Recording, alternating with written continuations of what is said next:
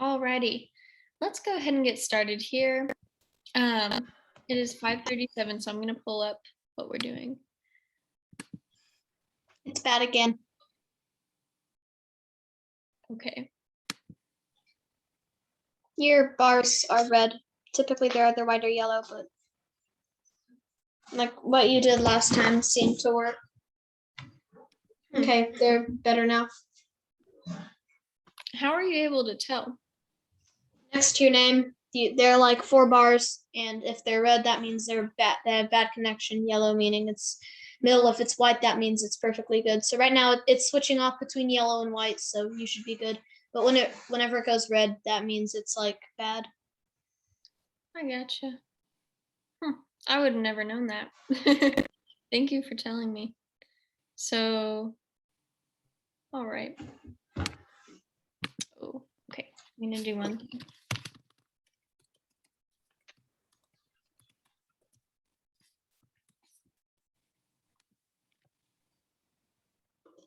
All right.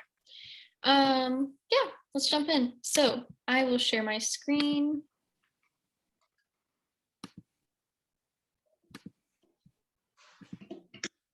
Alrighty, can you see this? Awesome. All right.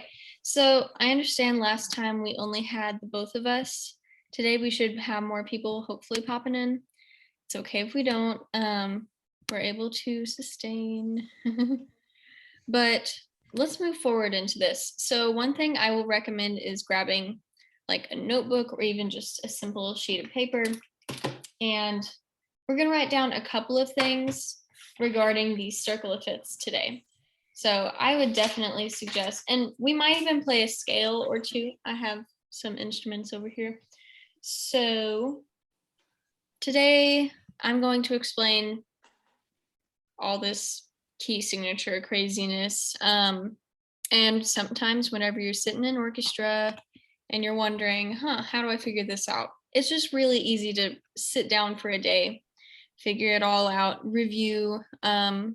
And so I'll let you know, last time we went, we went until here. We talked about this, we discussed everything here. And then our week 2 agenda. So again, there were originally 4 weeks to this. Now there are 6, which is why next week I'm going to like sustain all of this info just a little bit.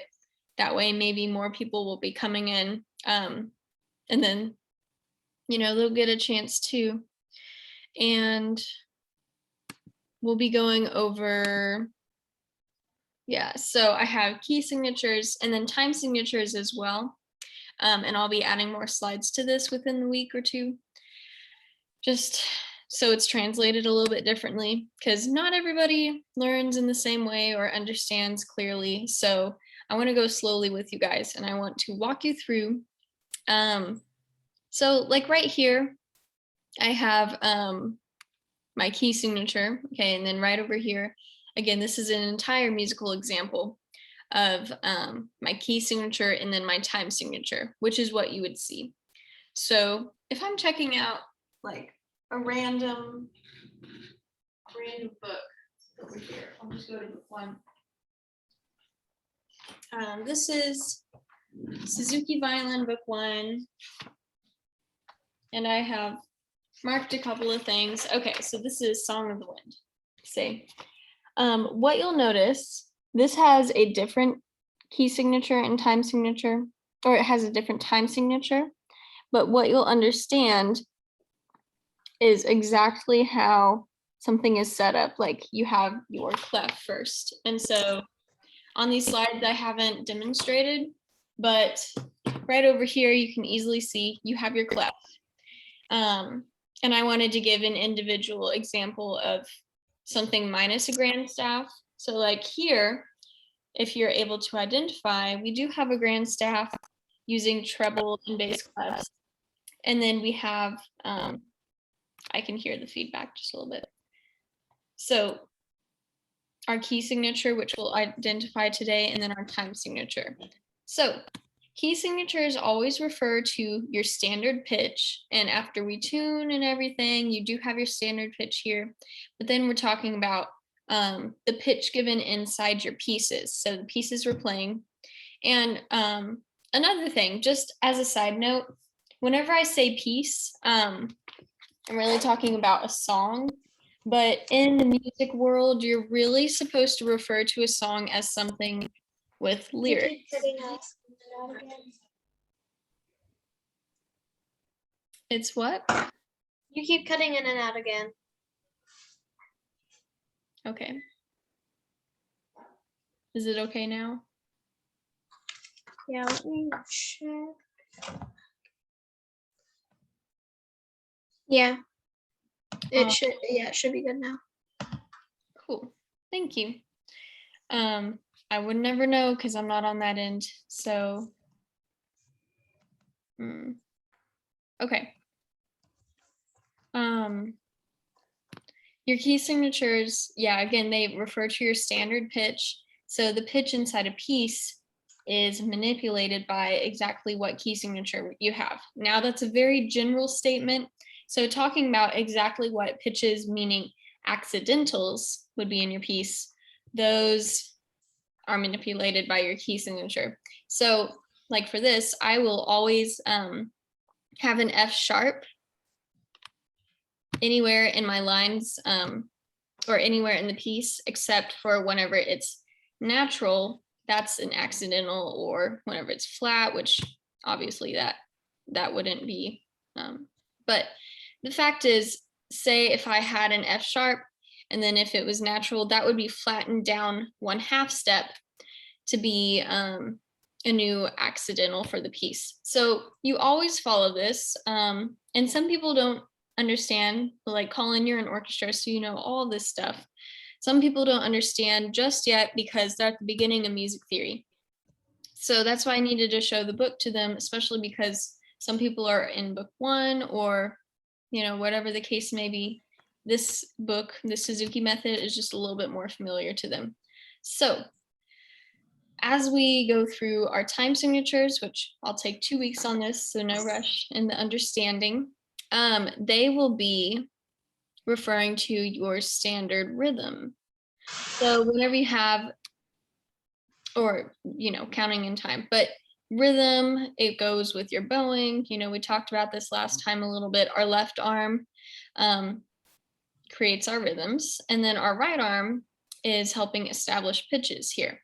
So whenever we're counting, I know there was this really cool video, like even if you just YouTube this or something, there's like this neat video online that will actually help you understand beats versus rhythm and how they tie together.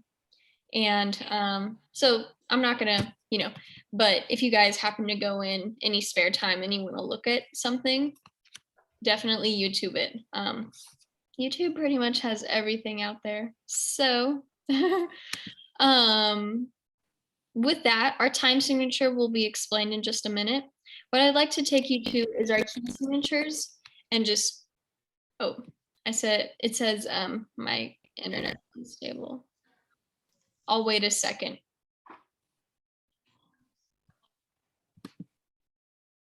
Yeah.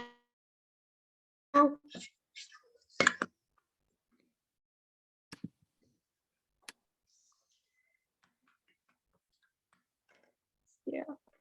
I don't know if you can see what I'm looking at, but it's, yeah. So, okay, I'm gonna jump back in. For key signatures, it's helpful to have a pencil next to you. So I'm gonna use this, and I'm gonna write down on my paper. I just have a spare sheet of paper here. I'm going to write the key of C. So actually, excuse me for just a sec. I'm gonna go grab a blank sheet of paper. This one already has some stuff written on.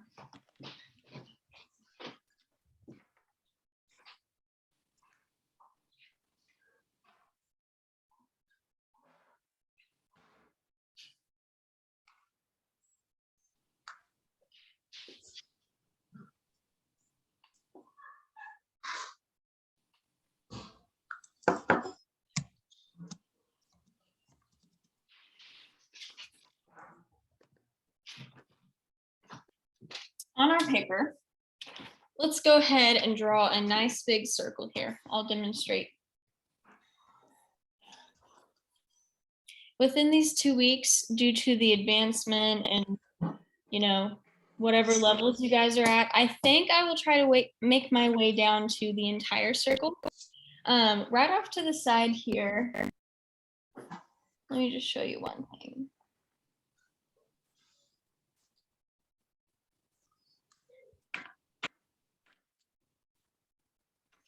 Okay, one thing I've drawn is just like a little map of our circle entirely. So notice one key right up here is in the key of C major. And so C major, everything's natural, no sharps, no flats. And then on one side is the sharp side, one side is the flat side. Down below, you have 3 overlapping keys. And so that's going to be a little bit more like, it's a lot of heavy information. We're not going to get down there today. But you can easily see that right here. So I'm going to share, or yeah, turn on the slideshow. Okay, in this, I want you all to just go through very slowly. Pause this if you need.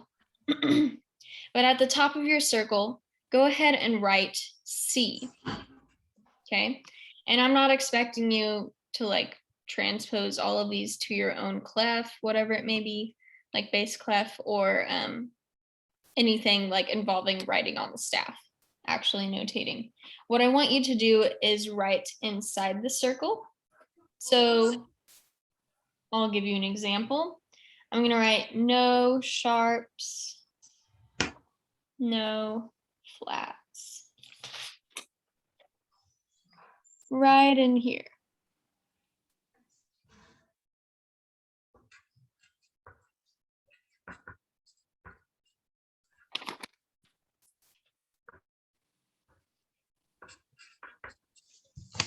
So like, oh wow. Nice. Just do the full circle, and then I just gonna write small on the outside. Okay, that works. Cool. I accidentally did that. Ah, yeah, I didn't give you instruction or anything saying like. No, it's fine. I can work with it. Yeah, it's fine. Yeah. Now, normally I do write the letter name on the outside. So do keep enough room. And I don't doubt you'll have enough room in there actually, because the circle tends to get really, really packed. So keep your writing small, everything like that. So in the key of C, we understand we have 0 sharps and 0 flats. Everything is natural here. And I do like how they've written it out on the staff, but again, we don't need to do that. What we're gonna do first is study the sharp side.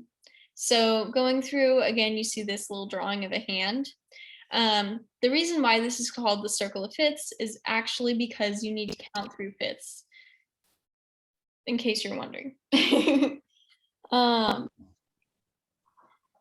So what we must think is we're going to go clockwise first, and then through the flat side, we'll go counterclockwise. It's happening again. You're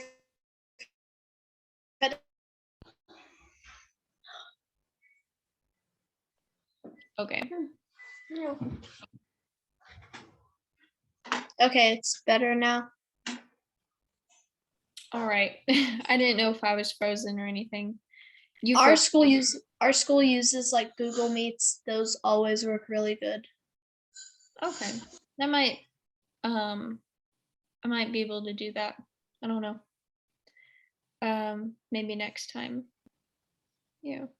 Yeah.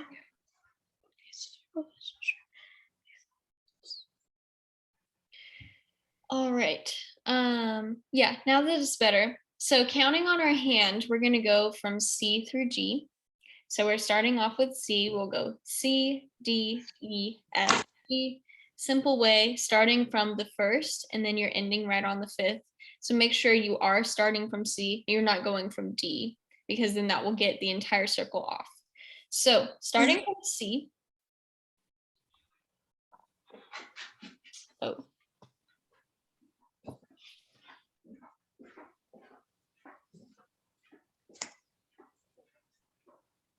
what I have here is just kind of sort of how you can see how it went through C, and then you have D, E, F down to G. Okay. While you're writing this, make sure that you do have the correct sharp or correct flat. You always want to specify exactly which one it is. And then you can box it if it's inside or on the outside of your circle. So in this case, let me bring you through a simple pattern.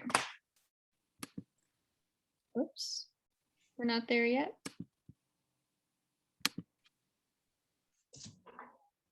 All right, here is our pattern. So, oh my gosh. Yeah, these are actually, yeah, this works. This is great. I'm gonna get rid of some of these. Oops.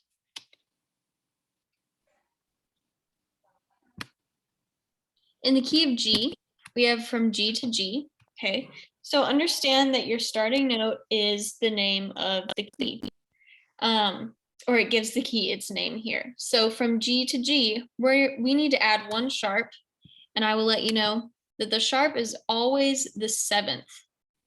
So if you see what I have down here, and this is only for the sharp side. For the flat side, it's a bit more confusing, and that's okay. That's why we do it next after this.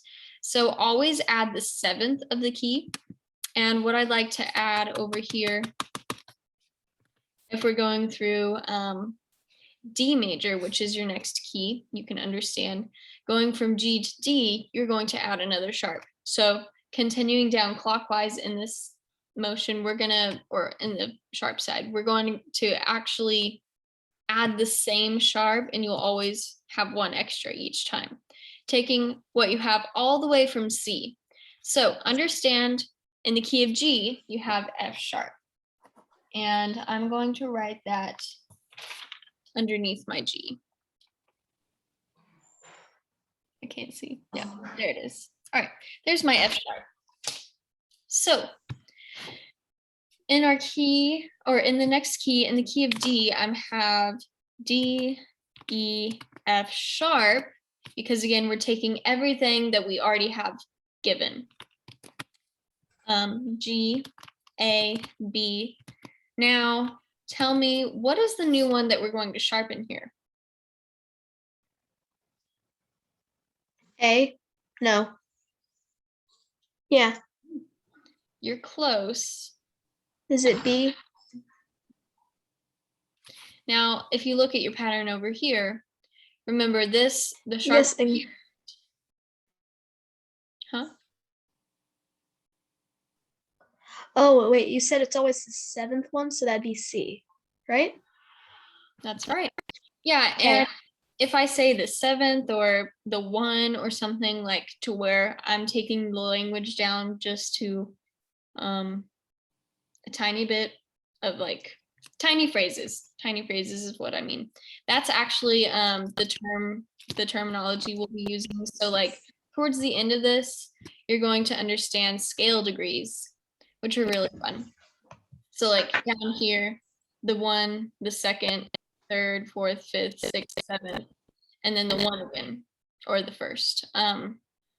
And that scale is definitely not perfect. I just had to somehow construct that on this program. So going back in this is the 7th, and I'll say the 7th because it's the 7th scale degree. So with that, you are already able to tell you have 8 scale degrees here, making this your octave. This is a 1 octave ascending scale.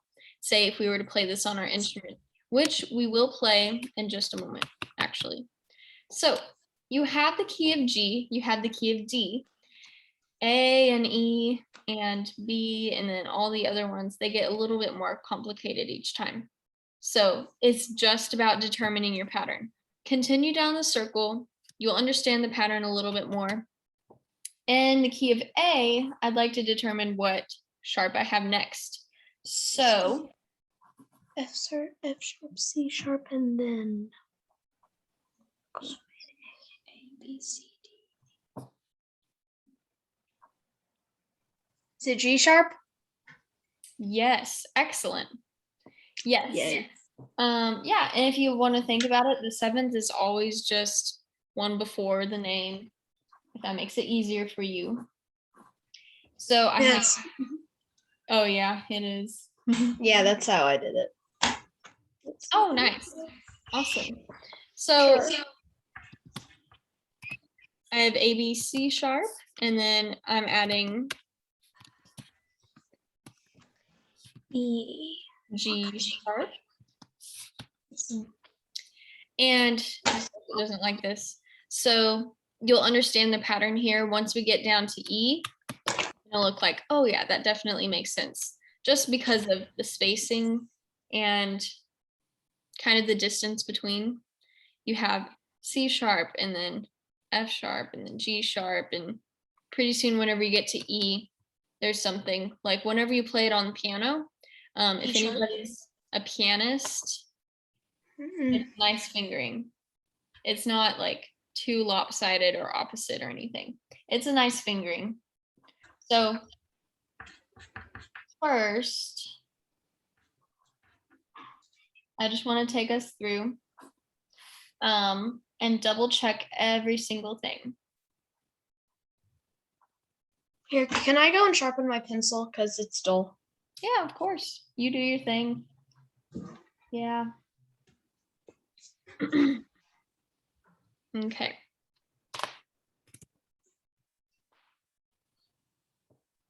So anybody watching, one thing that seriously helps is just to write everything down. Whenever you take the music theory test, which everyone, I guess, if you live in town or like if you're not happening to take it already, we could offer you the exam. You wouldn't like receive any award or anything, and that's okay because if you're not entered into the OMTA achievement, then you won't need to do all the extra stuff.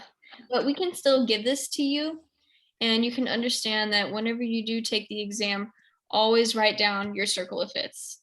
Now, if you're in like level 3, you're not going to need this for a little bit, which is why it's helpful to already initially understand where things are coming from just before you jump in. It'll impress your teachers if you already know some of this info.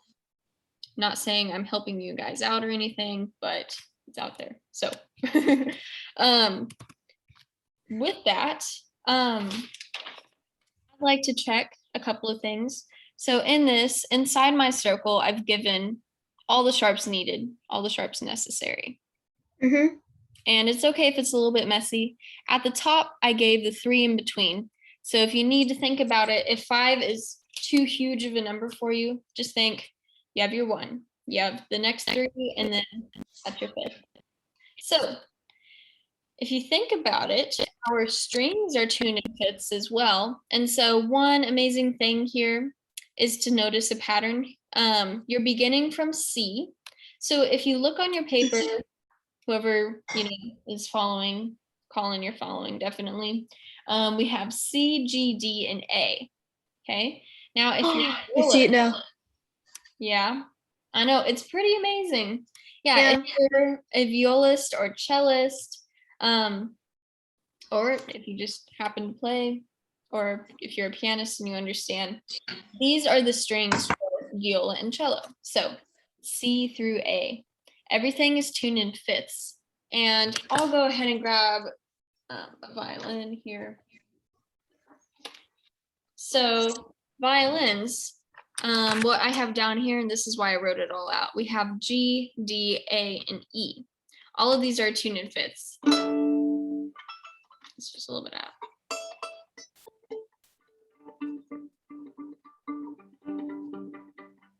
There we go. Well, okay, I need a bow. So this is a nice, decent pattern you can notice. You have C through E, and normally for the beginning levels, like a little bit past like level 3, level 1 through 3, you probably won't need this at all. Level 4 through, well, yeah, probably 4 through 6 or 4 through 7, you'll need just the simple beginning ones at the top of the circle. once you get to like level 12 or 13, it's all crazy. So don't worry about it, but it's out there. And we'll make our way down to the circle or down to the last bit. Whenever I'm playing my G major scale, like, which you can understand anybody if you're a string player, I'm sharpening my second finger here. For you, would be your third finger. And as you sharpen, you can notice a pattern starting from my D string. It's already there. So kind of if you play each of these keys one after the other, right? And then A, B, C sharp, all that fun stuff. And then we're getting into E major. So while we're at it, if anybody would like to play their scale, it really does help. I know last year getting into, or yeah, oh my gosh, it would be 2 years ago. Wow. So 2 years ago, actually this month, probably this week or so, we had the big shutdown and everything. And a couple months later, maybe in May or June-ish, my mother, Karen Harmon, she, I don't know, she kind of facilitated a couple of courses like this. And then just last year, as in 1 year ago, not 2 years, she came up with this Film Composer Institute, which is exactly why I'm doing this class. Actually, this is involved in the institute, and we plan to do it every spring. But she's unable to do her film class this year, and that's okay. In the other one, she had us go through and play some blues scales. So again, that was like an online orchestra class-ish, class. Sorry, I can't talk, and that's okay. But in that, if anybody remembers, this is exactly where we were leaning towards. So in our blues scales, we're taking, and I should really say this for like more of an advanced course, but we're taking some of our scale degrees out. And I don't doubt that she'll go through that with you probably next year if you guys happen to be interested in taking it. Anyway, there's that. I talk a lot. So for E, I'm going to go through and we have F sharp as always. So if you memorize, we just went through the key of A. Now, if you look at my cursor right here, A had F sharp, then it had C sharp, then G sharp. So there's always a pattern in here. It's like mind blowing. It's amazing. So with this pattern, understand that you can always start like one before your first key, or and in the beat in the flat section, you're gonna do the same thing. It's gonna be a little bit backwards. So if I'm writing my key of E, this is really, really excellent for pianists who are somehow in the E and they need to play their ascending scale and then descending scale. Parallel, it's the same thing. And here's exactly why.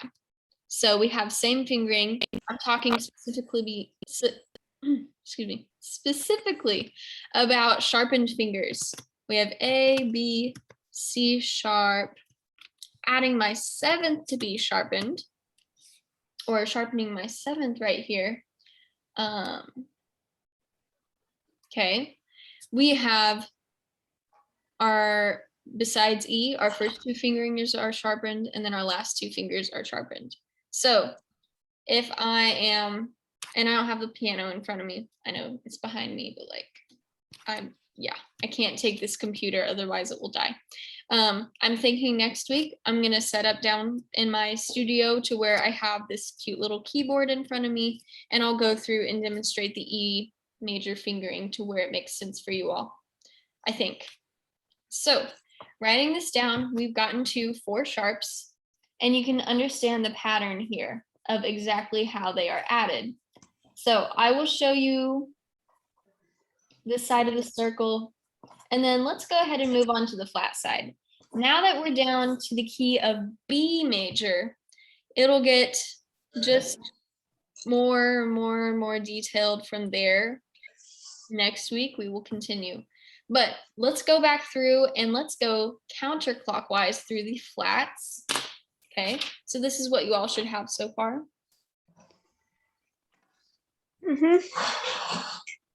Yeah, all right. So we have from C through E. Here in the flats, given what is already demonstrated, you should already have kind of more of a mental pattern here. And I'll show you down here, you have B, E, A, and D. One easy way to think about it going through fifths is bead, gum, candy, fruit, and that's exactly what's here backwards, or greatest common factor, if you're a math person. I'm not, but somehow I understand greatest common factor. So here's B, E, A, D, and then GCF. Gum, candy, fruit. If you want to make your own acronym, write it down on your paper. What I'm going to do at the bottom is start from B, just because it's a little bit easier for me to understand, and I'll write it out. So B, E, A, D, G, C, F. All right, that is.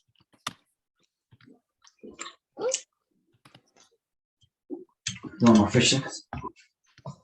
All right, here we go. So in my flat side, just keep this in mind. It spells bead. Great. Just like FACE on the staff, spelling face, something like that. And that's in thirds. These are in fifths. Talking about intervals, our strings are tuned in fifths. Here you won't see as many string patterns as the sharp side goes. But from G, 1, 2, 3, 4, 5, I have my first 5 notes, notice, of my G major scale. Starting from D, I have my first 5 notes of the D major scale on my D string. All right, continuing along.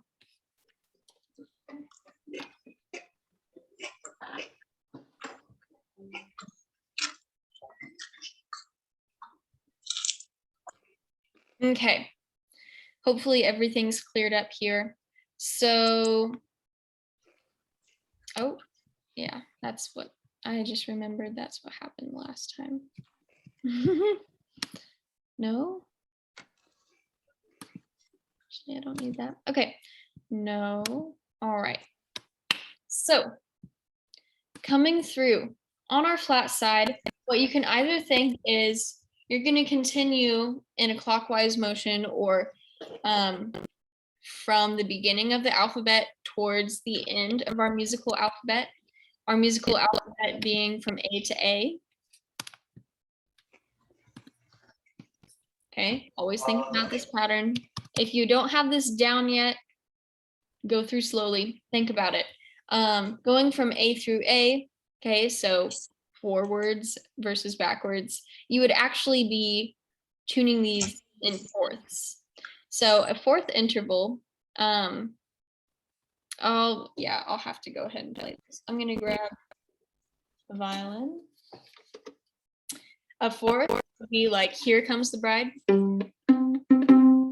Okay, if you want to think about it as that. Here, whenever I said, whatever it was, I said something about something being tuned in thirds. Anyway, I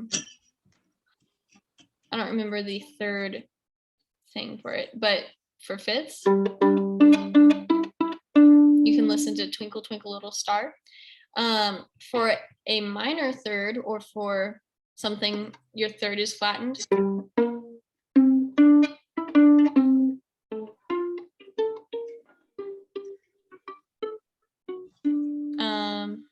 green sleeves. Here you go. So if you think about it, whenever we're tuning in fourths, we're really just going backwards through fifths, because not that there's like 9 right here, but whenever you have a pattern of 8, you're really taking, we only have 7 notes. And if you think about it, we actually have each note sharpened or flattened in our realm, or like repertoire, or whatever you want to say, in the realm of having notation. We really only have 7 notes to choose from. So choose wisely. And then rhythm ties into that and makes it beautiful for any melody. So in through here, these are firsts, or I'm sorry, these are seconds. Like if I were going from E to F sharp, that's a second, talking about our intervals. That's the second interval. So as I go backwards in the circle, I will actually go backwards through my alphabet. Starting from C, I'm going to go from C to F. I can go backwards in my circle of fifths because, again, we're starting from C, starting at the top, we'll go counterclockwise. So that's why I drew these arrows right here. From C to F, I have C, and then I have B, A, G. Whoa.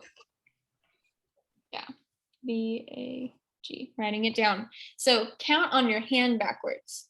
C, B, A, G, and that leads you to F. Yeah. Okay, and what I've written, if you notice my arrows, everything went in this direction at the top here. If you see these arrows, now we're just descending down into all the details. And then down here are your overlaps. We'll go through that next week. As we descend down, notice in the key of F major, so I'm going to delete my sharp keys if that's okay. In the key of F major, I'm not sharpening my 7th this time. Obviously, we're in the flat scale. So what I need to notice is the note, is the note name prior to, or okay, one note before the key prior to your one. What that means is I need to look for the note before C. C is the key prior to what I'm currently on, what I'm on now. So one note before C is going to be flattened. That's exactly going backwards. If you think about it, you're going backwards, you're going to look right up here versus going forwards. And I want to flatten my B. So in the key of F, I have a B flat. And for now, on this, I know I took AP music theory last year. My teacher was trying to figure out a way to, have a flat sign on the keyboard. Pretty much there's nothing except for a lowercase b, and that's okay. So in your circle, continue writing, and we have one flat, which is B flat. Now, let's continue down and notice, what is the name of your next key? Think about it. Go all the way through. Flat. B flat. Good. Oh wait, are we? Yeah. Yeah. Wait, Yeah, we're right here on B. are we on?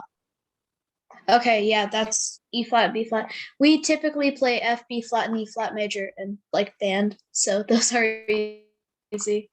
Like I I can know. tell which notes those are. You're multi. Those are the ones that I think. Wait, what'd you ask just now? No. Oh, okay. Your voice cut out for just a little bit. But yeah, generally, if you're multi-talented or if you're a band student and you play, a B flat instrument, you're gonna be more immune to the B or to the flat keys versus orchestra players love sharp keys.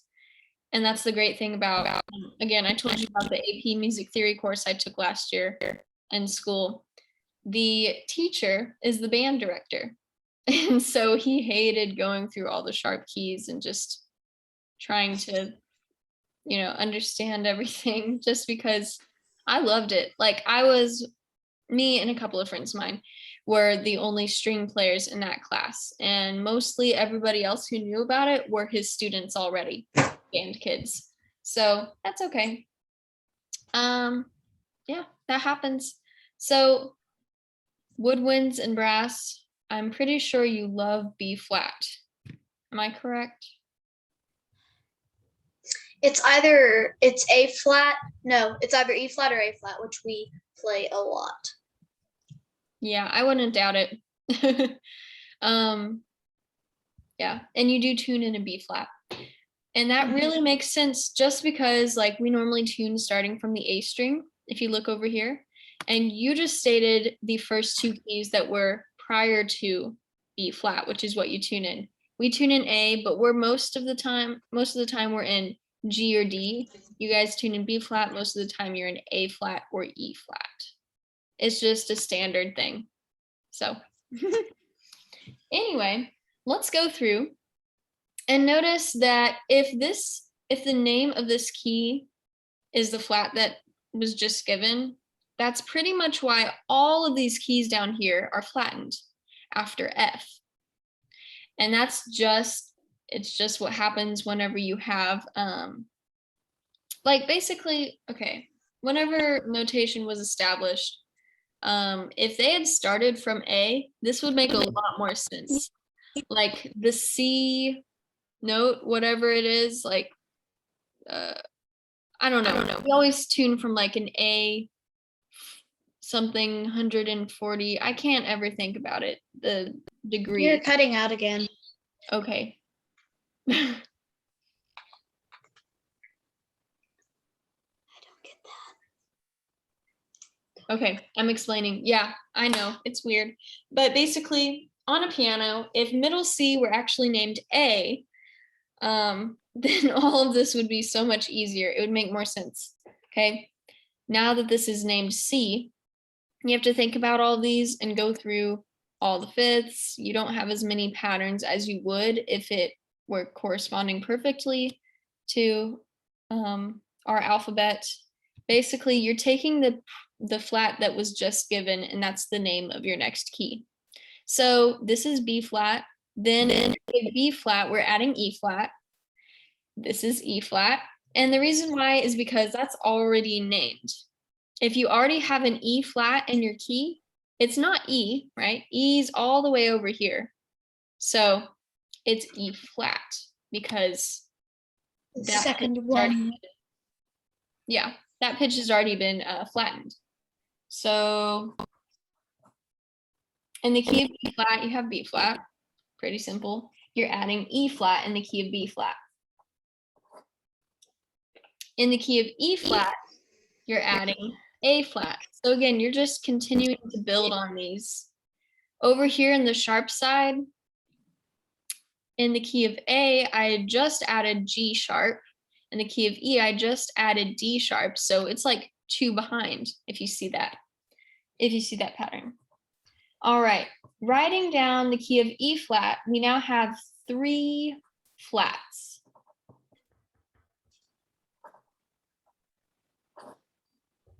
Okay, this is where it gets very busy and you really have to think about the key prior to it. So whenever I'm thinking and I'm randomly like, I'm not looking at my circle at all. I'm randomly like, let me think about the flats in E flat. Say I'm on the test or something. I need to think about my circle and go back 1 key, B flat.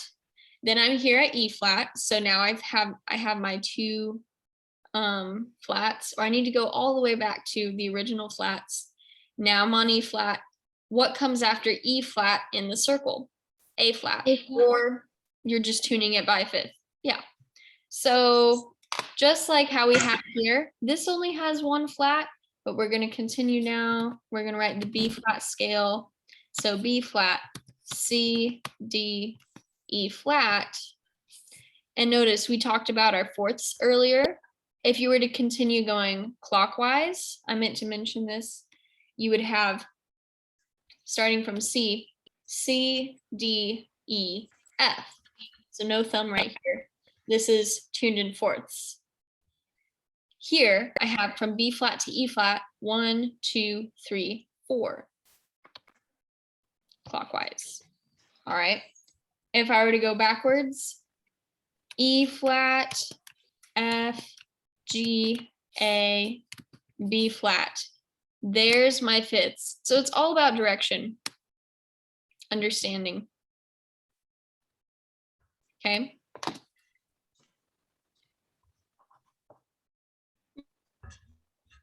All right. Let's write down the key of A flat. What are you adding here? And think about what I gave you right down here, what to think about.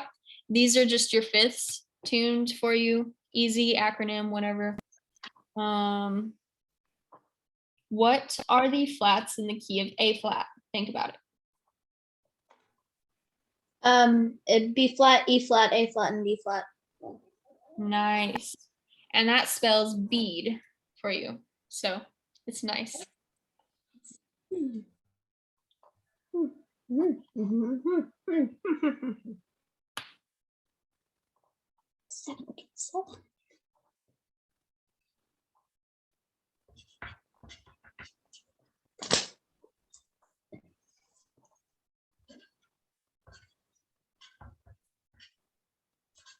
Can we do one more?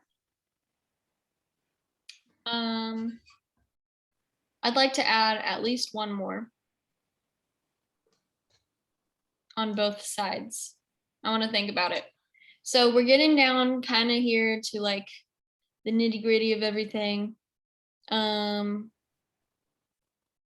Whenever we go through D flat, this is kind of where, yeah, it's adding, it's connecting this.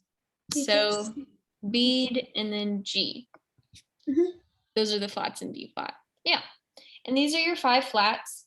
So if you think about it, again, it's a pattern backwards. Say if an instrument beyond the violin, like higher than the violin, had an extra string, it would be the B string, which is weird to think about. Nothing higher than the E for us. So here's the violin strings +1. Say if there was an instrument higher. And then here are the viola and cello strings, okay, coming back into our pattern. And on our paper, we have them backwards. Okay, so over here on the sharp side, notice what sharps you have. You have a bunch of F sharps and C sharps, and then you have like a D sharp and a G sharp, and that's okay.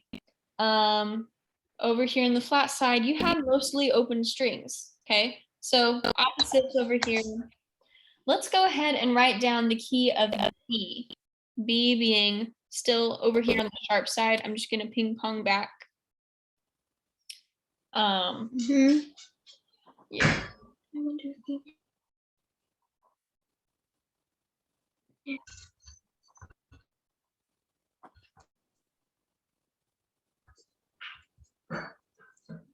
F sharp, C sharp, G sharp, D sharp. What's the fifth one? What's the fifth sharp in B major? You mean D flat? Forgot the Wait. rule. Are you talking about D? There's only 2 sharps in D major. No, in B major. Oh, That's the one we're on, right? yeah, go back through. Think about it. You started from F sharp, and it's all of our sharps and fifths. So F sharp, C sharp, G sharp, and D sharp are the ones you should already have. And then whatever. Yeah, I forgot it goes in fifths. Okay.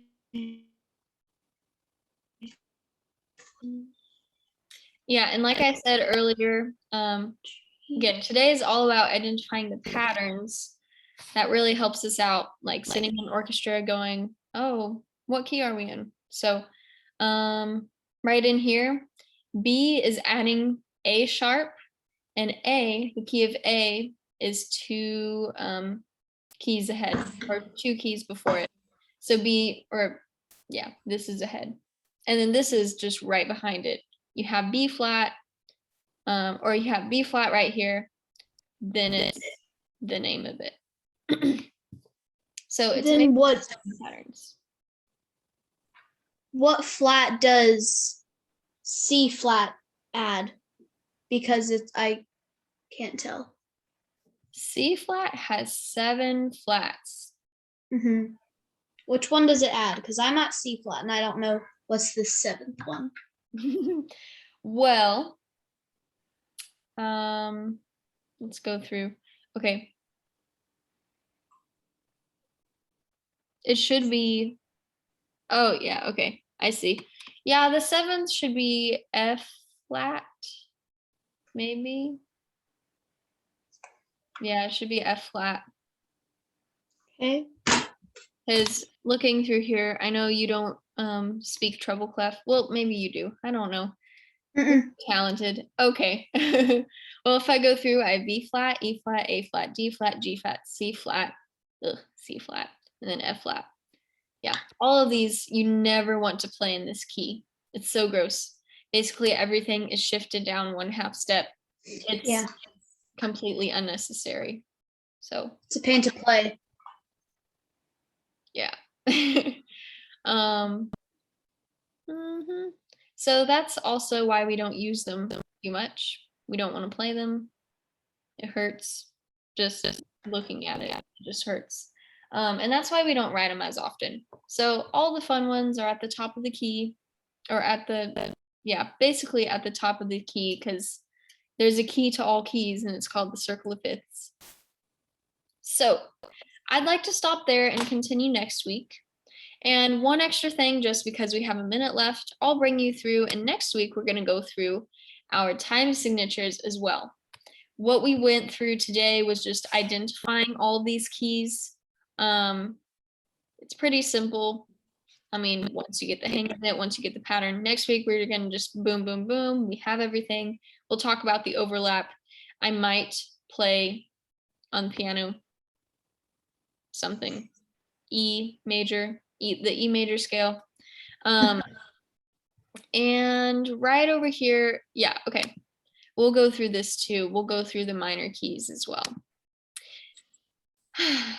Talking about time signatures, what I want you to understand, and just hold on to a tiny bit of it for today.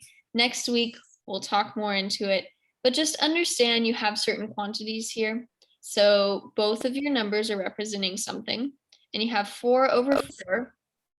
If you think about it, like if you're a math person or if you understand fractions already, 4/4 is really just 1. Because 4 divided by 4 is 1. So this, you have 1, 1, 1, 1. Each of these quarters is worth 1 beat, but you have 4 quarters. So you have 1 whole pie being filled. Yeah, so over here, talking about our top number, this represents the amount or the quantity of your bottom number. You have 4/4, and it's just like math, seriously. So a fourth translates to a quarter, which is a quarter note, which is 1 beat. So if you have 4/4, you have 4 beats per measure. That would be each measure has, each measure generally should add up to 4 quarter notes. It's all about the translation here. So 4 quarters per measure.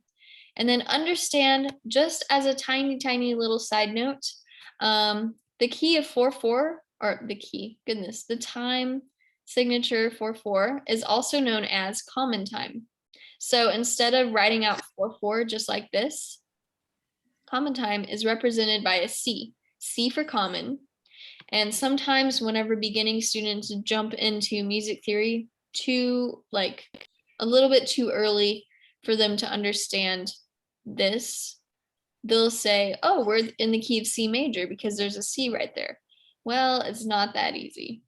you have to go through, look for your sharps or flats. C major has none. So sometimes they're like, where's the key? It's there. There's no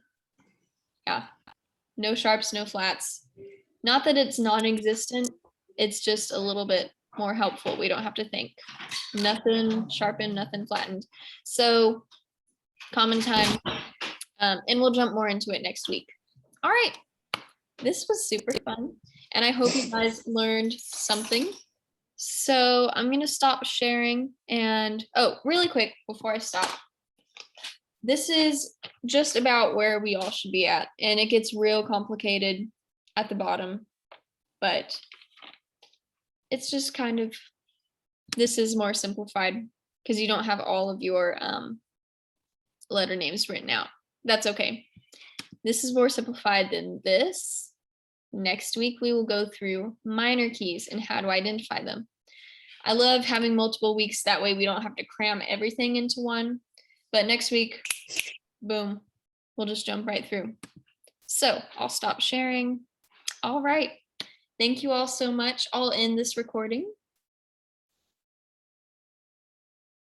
All right. Thank you.